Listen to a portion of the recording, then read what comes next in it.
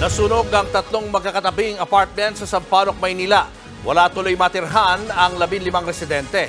Nasa frontline na balitang yan si Camille Samonte.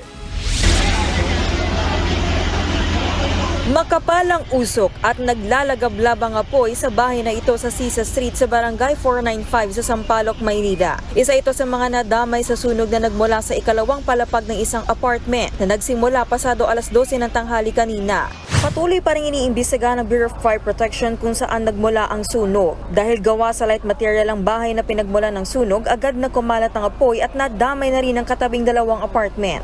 Wala daw naka-occupy sa taas. Ngayon, nagulat na lang sila bakit tinutuluan sila ng apoy. So, hindi namin malaman, siguro cause of dahil umuulan, pero wala naman altar at saka wala naman nagluluto doon. So, probably ang tinitingnan namin ang gulo ay yung sa electrical connection. Baka nagkaroon ng short circuiting yung mga kuryente dahil nga po sa ulan.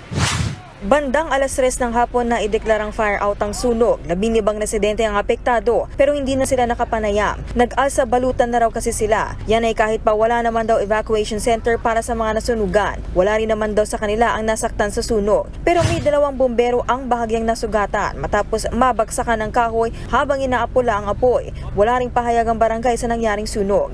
Nagbabalita mula sa Frontline, Camille Samonte, News 5. Mga kapatid, Julius Babaw po. Huwag maging huli at maging una sa lahat ng balitaan. Para sa tuloy-tuloy na talakayan sa Frontline, mag-follow at mag-subscribe sa social media pages ng News 5.